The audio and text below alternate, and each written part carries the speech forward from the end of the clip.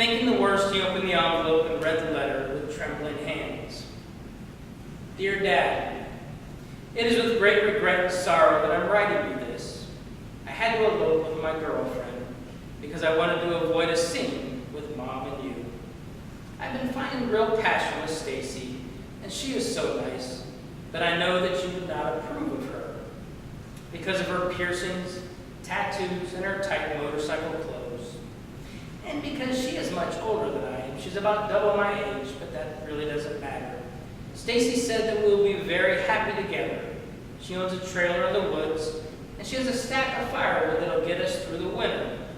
So we're going to be good with that. And just so you know, we do have plans for the future as well. We plan on growing and making some of our own drugs, which we can then trade to others in the commune for food and other necessities that will be okay. So Dad, don't worry about me. I'm 15 years old. I know how to take care of myself. And someday we'll be back to visit because Stacy's pregnant and we hope to have a lot more kids and we want you to meet your grandchildren. So don't worry. Love, your son, John.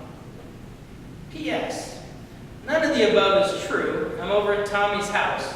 I just wanted to remind you that there are worse things than the report card that's sitting on my desk. I love you.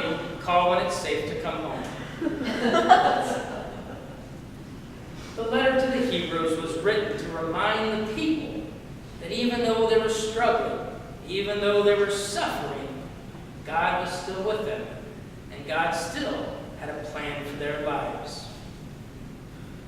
So when we get to the 12th chapter, we find that it begins with the word therefore, which means it is referring back to something that was just said. So when we go back to chapter 11, we hear stories of people like Noah, Moses, Samson, and Abraham. And we hear they faced difficulties in their lives. But what we also learn is that because of their faith and their trust in God, they were able to accomplish so much, even though it wasn't always easy. If we look at the story of Abraham, in the 12th chapter of Genesis, God tells Abraham to leave his country where he had lived with his family, and they are to go to a new country where God will make them a new nation, where God is promising that they will have a wonderful life, so that God can make them into a great nation. And so even though he is 75 years old, he leaves, taking with him his wife, his nephew Lot, and all of their belongings. But as they travel, they begin to deal with problems such as famine, and there wasn't nearly enough food for his livestock along with Lot's. And so Abram tells Lot that it is time for them to separate. And he says to him, if you go left, I will go right. If you go right, I will go left. And so they go their separate ways, which also had to be very difficult as they said their goodbyes to each other.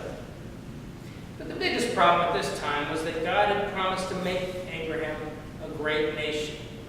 But his wife Sarah was unable to conceive and bear a son.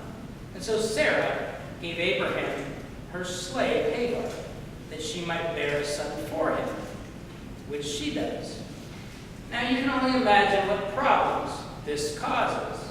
It was Sarah's idea, but immediately she begins to regret it. And so this leads to more problems. So with all this going on, Abraham does whatever he can to cling to his faith and to the promise that God has made to him. God has promised him that Sarah would give birth to a son, and that their offspring will be like the dust of the earth. And so after Abraham celebrated his 100th birthday, and his wife Sarah her 90th, it was somewhere around there that she gives birth to their son, Isaac. I was 41 years old when Joshua was born.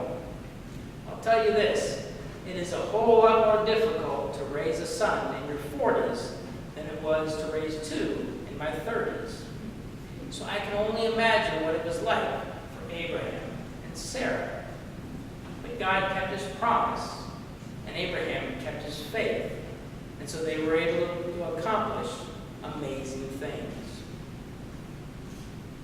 The writer of Hebrews ends chapter 11 saying that the forefathers had faith to guide and direct them. And so now chapter 12 begins with a reference to these faithful men and women who paved the way for us. He says, "We have a great cloud of witnesses who are people from every age whose lives were determined by their faith in God." And he tells us that we are surrounded by their memories and by the things that they have taught us. And we're to imagine them as great sports fans sitting up in the stands as they watch over us, as they cheer us on, but as their stories still guide us. But that phrase, "we are surrounded by a great cloud of witnesses," means something more than simply those who have gone before us in the past. It means more than the stories that have been there to teach us. It means more than the saints who have been before us. It means more than our forefathers and our mothers. For me, it makes me think of all of those who have guided and taught us over the years. And it makes me think of all of those who are still present with us today. As I look around and I see in the pews, it makes me think of all of you who are still guiding and teaching us. You still give of yourself. You're still here each Sunday, not because you are here just for yourself, but you come because you know how important it is to the church and to those who are here. As I look around, I know that we are missing a lot of our people today, but I also know that the young people of this church are surrounded by the pillars of this church who are here each Sunday, not for yourselves, but because you know you need to be here for the church and for all those who attend. I think of those of you who are at every breakfast, every luncheon, every baby shower or wedding shower, those of you who participate in Vacation Bible School, those of you who will come to the Christmas musical, which seems to be just around the corner, those of you who are here each and every Sunday because of your love for this church and your love for those who are here. It is the cloud of witnesses. It is you who make this race so different for so many who run it, because you are here to root us on and to celebrate our accomplishments. And so the question remains, since the race is still going on, how will we run it? The Reverend Susan Sparks, who is the pastor of Madison Avenue Baptist Church in New York, in talking about how we live the Christian life says, "Now the way I see it, we have a few choices. We can do nothing and continue our lives in the exact same way, showing up on church when we feel like it, praying only when we need God, giving to the Salvation Army at Christmas time, writing a charitable contribution at tax time. And that's fine, if you don't mind completely dishonoring Jesus' work. Now our second option is to take the middle-of-the-road approach. You try and live your life as a good person. And you do good deeds here and there. You read a self-help book every once in a while. And that's fine too, if you want to live the life in the middle of the road. Mediocre, vanilla. Of course, the way I hear that, the term middle of the road is something that I heard from a Texas radio announcer once when he said, "The only thing you'll find in the middle of the road is a yellow stripe and a dead armadillo." So you can do nothing. You can take the middle of the road, or you can take option 3, which is called the all-in approach. It is like in poker when you wager everything you have, where you put everything you have on the table. If you go all in, if you put everything on the table, it can change your life, but it won't be easy. Callie's freshman year of high school, she ran on the cross-country team. At our first meet, I went out there just in time to watch the finish of the girls' varsity meet, which ran beforehand. So as I was standing at the finish line, I looked to see 3 girls round the corner, and they were neck and neck running as fast as they could. And the crowd cheered them on, so they dug down deep to finish as strong as they could. And they did. They finished 1, 2, 3 almost instantaneously. You couldn't tell who won. It was so close.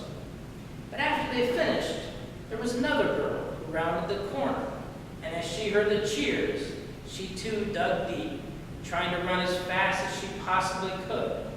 But when she was about 100 feet from the finish line, she began to shake. And all of a sudden, she stopped completely. Her legs began to wobble, and she collapsed to the ground.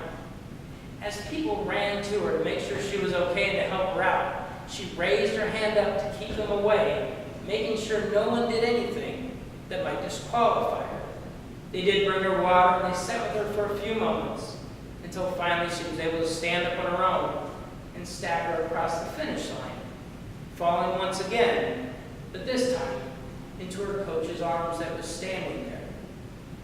It was like something you'd see in the movies, not a dry eye in the entire place, as she finished her race, no matter how difficult it was, because she knew her parents and she knew her coach were there waiting, cheering her on. They were there waiting to catch her. Faith isn't easy. Being a Christian isn't easy. And it is up to us how we will run this race. But make no mistake about it, we are all